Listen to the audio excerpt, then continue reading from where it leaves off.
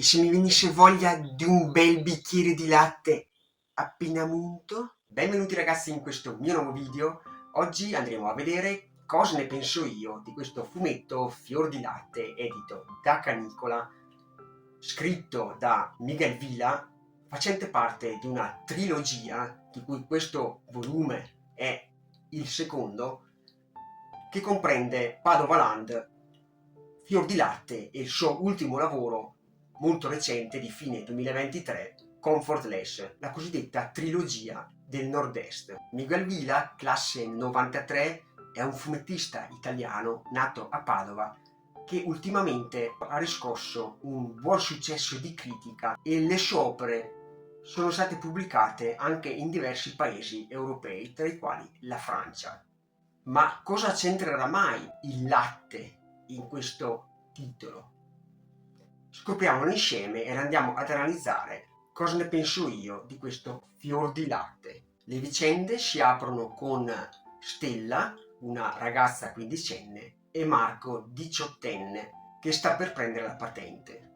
I due hanno seri problemi nella loro sfera sessuale. È ovvio che ci si senta a disagio qualora si presentasse questa tipologia di problema. Da qui la relazione inizia un attimo a vacillare, o meglio, questa relazione non è mai decollata proprio per questa problematica, che all'apparenza può sembrare insignificante, ma come si sa in una vita di coppia anche questo è molto importante, sia a livello psicologico, ma soprattutto anche a livello fisico, perché c'è bisogno comunque di andare d'accordo anche sotto le lenzuola, volere o volare è così. Un giorno Stella decide di accettare il lavoro di babysitter presso una donna sui 30 anni per accudire il suo figlioletto Loris. La donna in questione si chiama Ludovica ed avrà un ruolo molto importante nella relazione abbastanza travagliata di Marco e Stella. Non solo a complicare le cose ci sarà anche Daniel, il quale cercherà in tutti i modi di far sua Stella, continuando a corteggiarla in modo ossessivo, anche se la ragazza sembra non gliene frega praticamente nulla, perché lei lo vede come il classico amicone. Ed ecco qua che ritornano un po', anzi sono presenti un po' quei temi tipici della gioventù, tipici di una realtà, meglio dire giovanile, ma anche comunque di un'età più in là col tempo, più di una relazione fatta tra adulti. Infatti la caratteristica di questo fumetto, a mio avviso, che è stato definito proprio in quarta di copertina come un soft thriller, sarebbe meglio definirlo, se lo rapportiamo al manga, lo definirei più uno slice of life abbastanza malato per quanto concerne il mondo dei giovani, ma non solo, anche degli adulti. Stella e Marco verranno invitati dalla donna, della Ludovica, a casa e Marco sarà particolarmente colpito da quel seno prosperoso dovuto all'allattamento di Loris e lo vedrà avere delle perdite di latte e dopodiché il ragazzino non riuscirà più a togliersi dalla testa non solo il seno prosperoso, ma proprio la questione del latte. Il latte della donna risulterà essere l'ossessione di Marco, tant'è che lui, come è classico nell'età giovanile, non solo si guarda i porno sul telefono, su internet, ma in questo particolare momento lo troveremo a guardare porno legati proprio alle donne che allattano.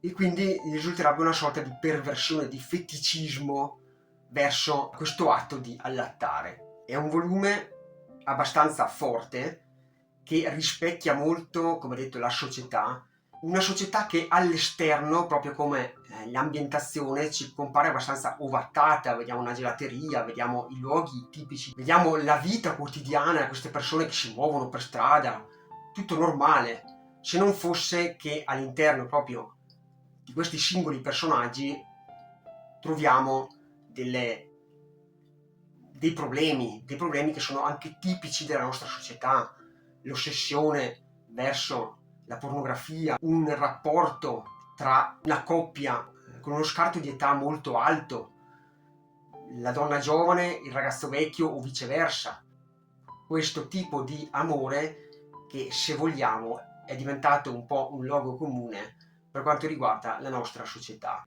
Troviamo i comportamenti tipici dei giovani, quei comportamenti nascosti che magari all'apparenza loro non mostrano verso i genitori, ma che comunque sappiamo tutti la sessualità come viene vista in età giovanile. Questo Fior di latte è un fumetto estremamente reale che ci permette di empatizzare sin da subito con i personaggi. Riusciamo molto bene ad immedesimarci nelle loro vicende, nei loro problemi, soprattutto problemi interiori, e nel loro modo di relazionare, perché comunque non è facile in una coppia riuscire a parlare. Molto spesso ci troviamo di fronte a dei tabù piuttosto intimi, piuttosto delicati, che non riusciamo a esternare verso il nostro partner, ma magari lo facciamo in modo molto più facile rapportandoci ad estranei.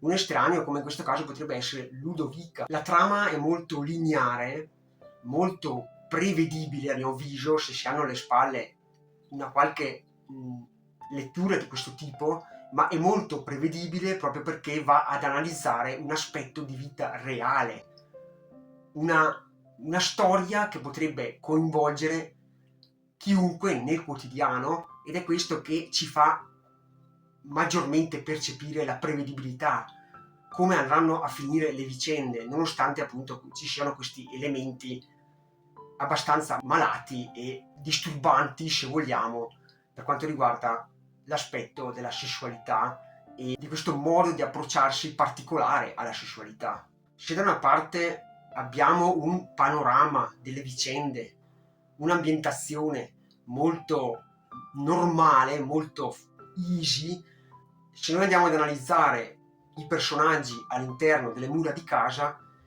li vediamo provati, disturbati proprio da questi loro malesseri. Li vediamo vivere male, sia da parte di Stella la relazione con Marco, che non viene capita da parte dei genitori della ragazza, ma anche di Marco. Marco che è ossessionato da questa donna, nello stesso tempo però ama anche Stella. E nello stesso tempo troviamo anche Daniel malato, ossessionato di Stella, non riesce a togliersela dalla testa.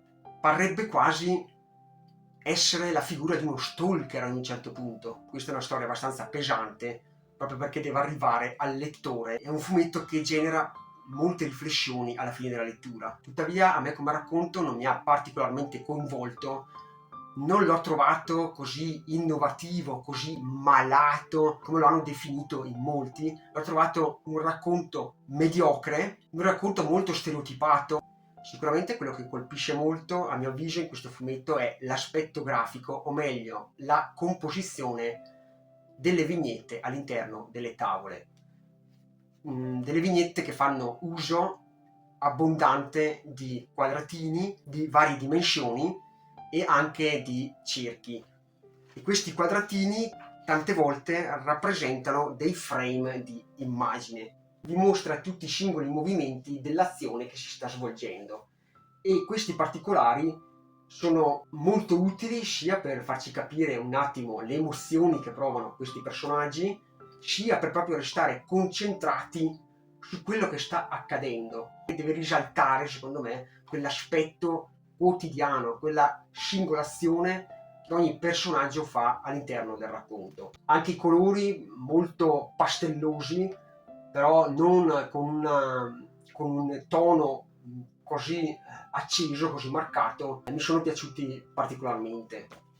Devo dire che per quanto riguarda il disegno, ok, può piacere o non piacere, ma secondo me qua ha fatto un buonissimo lavoro. E anche la presenza di molto bianco e di queste vignette non delimitate da dei bordi lo rendono diverso, non così tipico di un fumetto. Quindi la scelta devo dire che è molto azzeccata, e proprio a me ha colpito la particolarità del modo di disegno più che la storia in sé. Lo consiglio o non lo consiglio? Lo consiglio soprattutto, a mio avviso, ad un pubblico di adolescenti o comunque di giovani adulti, perché è una storia che potrebbe far riflettere su sul tema della sessualità e su quali comportamenti possono essere giusti o sbagliati. E voi mi direte, lo consigli ad un pubblico così giovane? Sì, lo consiglio ad un pubblico così giovane perché sono ormai superati ai giorni nostri quegli aspetti bigotti, quegli aspetti così nascosti. Ormai tutti i giovani hanno presente l'aspetto di come funzioni la sessualità. È inutile girarci intorno, ormai tutti hanno la possibilità di accedere a internet. Comunque i ragazzi del giorno di oggi sono molto più svegli delle generazioni precedenti, delle nostre generazioni. Parlo anche per me, negli anni in cui ero più giovane io c'era un certo rincretinimento rispetto ad oggi, quindi perché proprio c'è l'utilizzo di media, si scopre di più velocemente, in modo più precoce, quindi è una lettura che sì, la consiglio anche a un giovane ragazzo barra ragazza, perché può insegnare tanto, come detto, e fondamentalmente non è così scandalosa come molti l'hanno definita. Bene, se il video ti è piaciuto mi raccomando un bel commentino, pollicione e iscrizione che a me fa sempre piacere, e dal mio prossimo video.